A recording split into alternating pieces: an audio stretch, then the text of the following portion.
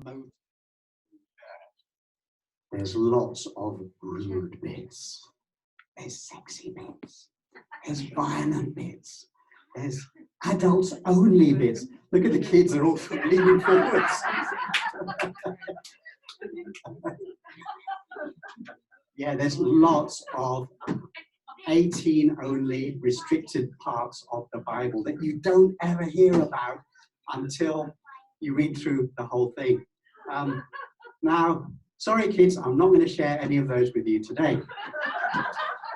But I will share a couple of other bits. Like, I have a favorite verse, which nobody ever believes it's even in the Bible. But it's about boldness. Did you know there's a thing in the Bible about boldness?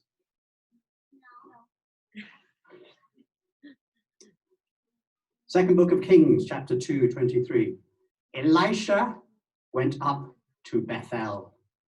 As he was walking along the road, some boys came out of town and jeered at him. "Get out of here, Baldy," they said. "Get out of here, Baldy." He turned around, looked at them, and called down a curse in the name of the Lord. 2 bears came out of the woods and mauled 42 of the boys. So, the next time someone calls me Baldy, be careful. Another verse I really like that nobody ever quotes is Zechariah 4:6, and it says, "It's not about strength, it's not about power, it's about the Ruach." Ruach is an ancient Hebrew word meaning life force. Sometimes translated spirit, sometimes breath. I thought, well, that's cool. It's not about strength or power, it's about the life force. Well, at that time, I guess I was 19, I met a really pretty girl who invited me out on a date. Typical Asian nerd. I was too shy to talk to girls, but the girl asked me out on a date. We went to see Star Wars. And the one part of that movie that everybody remembers is when Luke Skywalker is trying to shoot a bullet into the Death Star to blow it up. And he's got all these weapons guidance systems. So he's got a very powerful spaceship. It's called a starfighter, X-wing starfighter. And then suddenly he turns off all his weapons guidance systems. And he hears a voice, "Use the Force. Use the Force, Luke. Use the Force." And I'm there in the cinema thinking, Zechariah chapter 4, verse 6.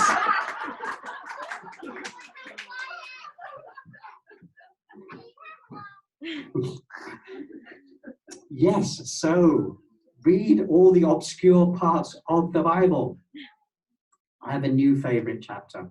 Of course, I lost all my hair after a while. A new favorite verse, Genesis 27:11. My brother Esau is a hairy man. I am a smooth man. You see, that verse was written for me, right? You can just feel it. Okay, so I got married to the pretty girl. If someone takes you to Star Wars, you have to marry them, right?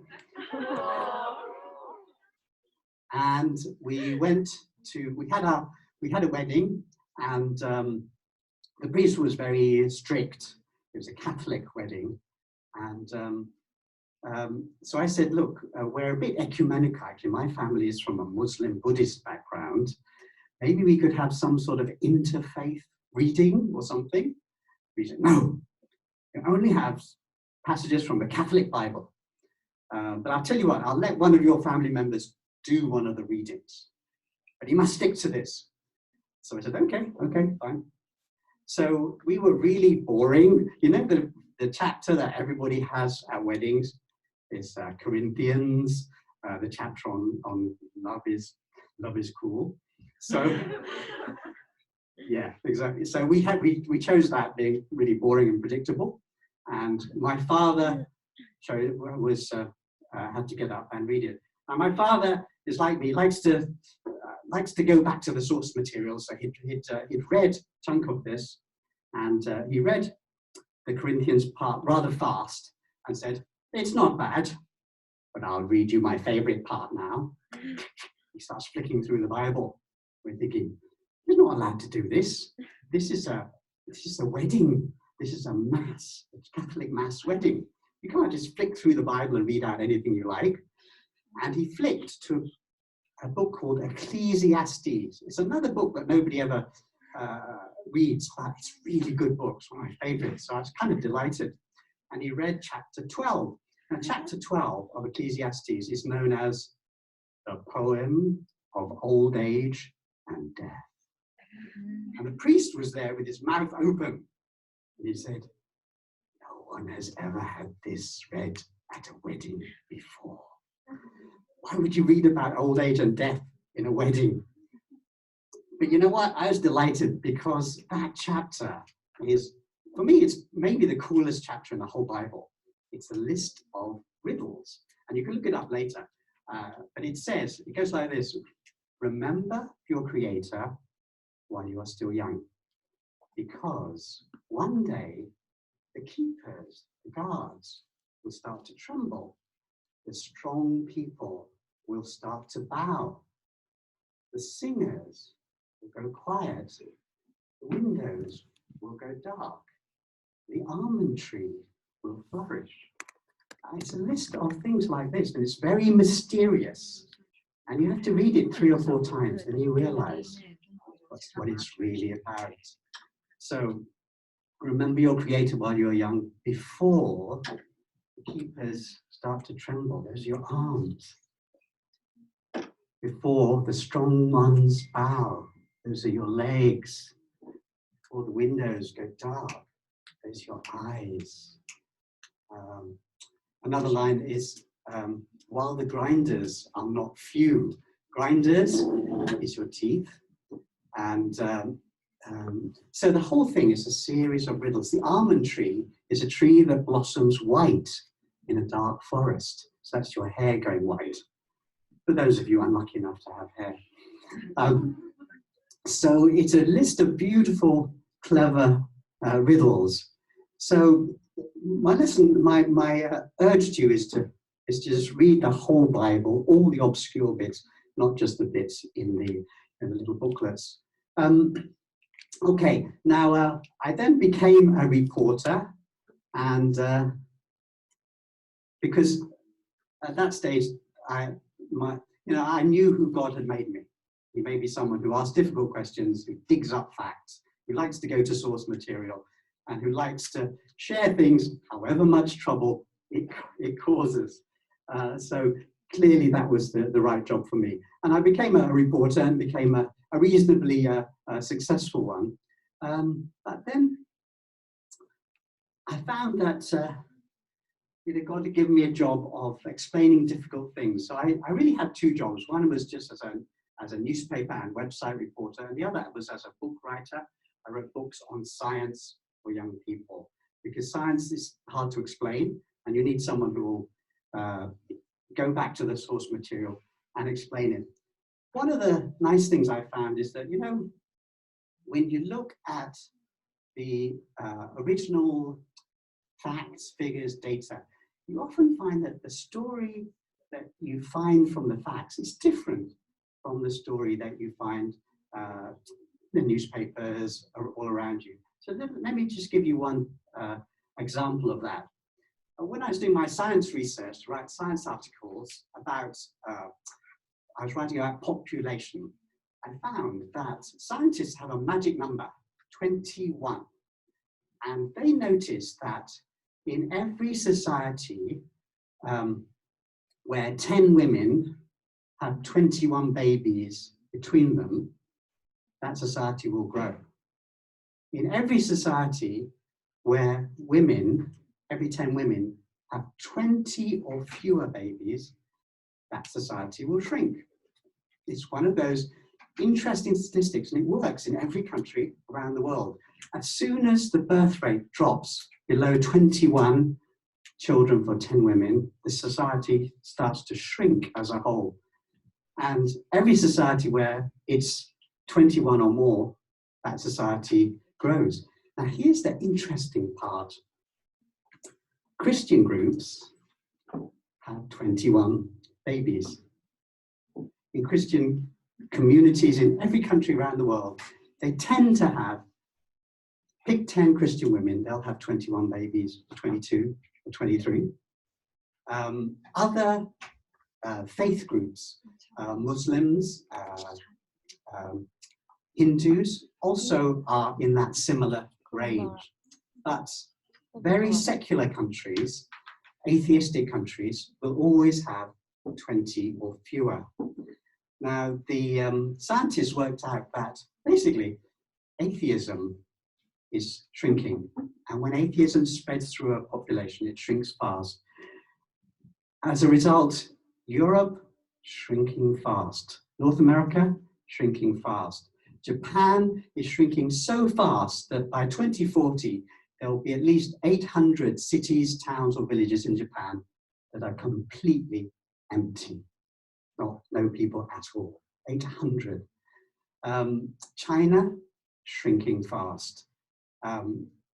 Atheistic communities, East Asia, Europe, North America, are falling. Christian communities are growing. Now, if you do the maths and talk to the scientists, you find something really interesting. By about 2050, 7 out of 10 babies who are born will be born to Christian mothers or other Abrahamic faiths. So you read in the newspaper, religion is dead. No one goes to church anymore. Bye-bye to religion. And then you look at the data and you interview the scientists and you get a very different story. This particular research project was headed up by a famous atheist. So it wasn't biased towards Christians.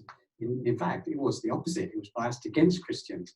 But he said, these results, we have to print them. He said, atheism will die because atheists don't have babies. Okay, so that's an example of the things that one can find out if one digs. So that gives us a very positive view for the future of the church. But there's something else I noticed when I was doing my research, which was that the old-fashioned type of church, the big, grand buildings, that type of church seems to be disappearing.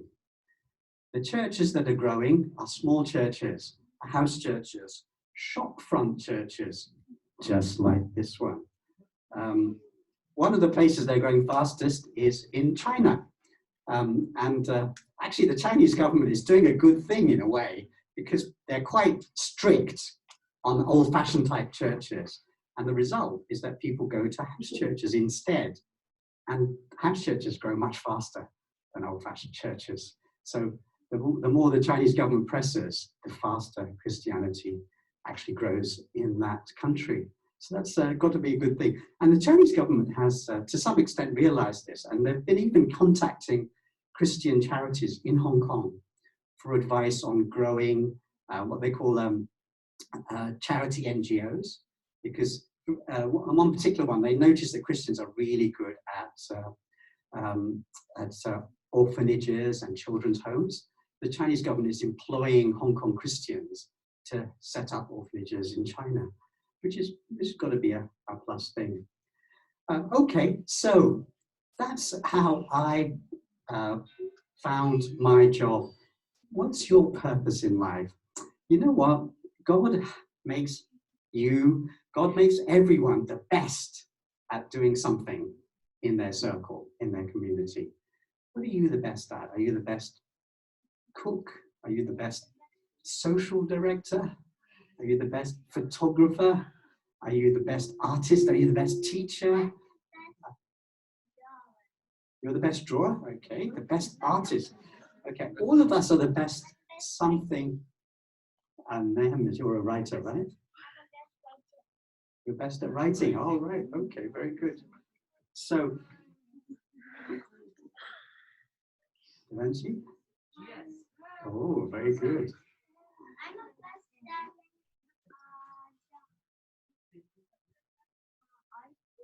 Yes, and dancing as well, right? Nahum?